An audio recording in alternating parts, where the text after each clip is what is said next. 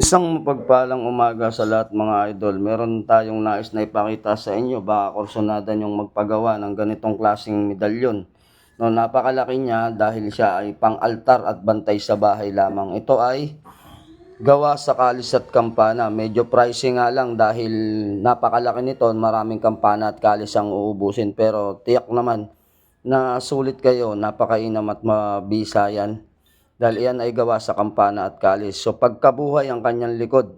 Napakalaki nito, pwedeng ilagay sa inyong bahay o sa inyong altar pang depensa sa inyong bahay at pamilya.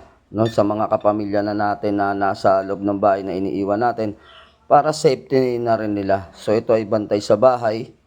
At napakainam to, may pampaswerte din to dahil ang pagkabuhay ay magaan yan sa trabaho, sa negosyo at sa pamumuhay.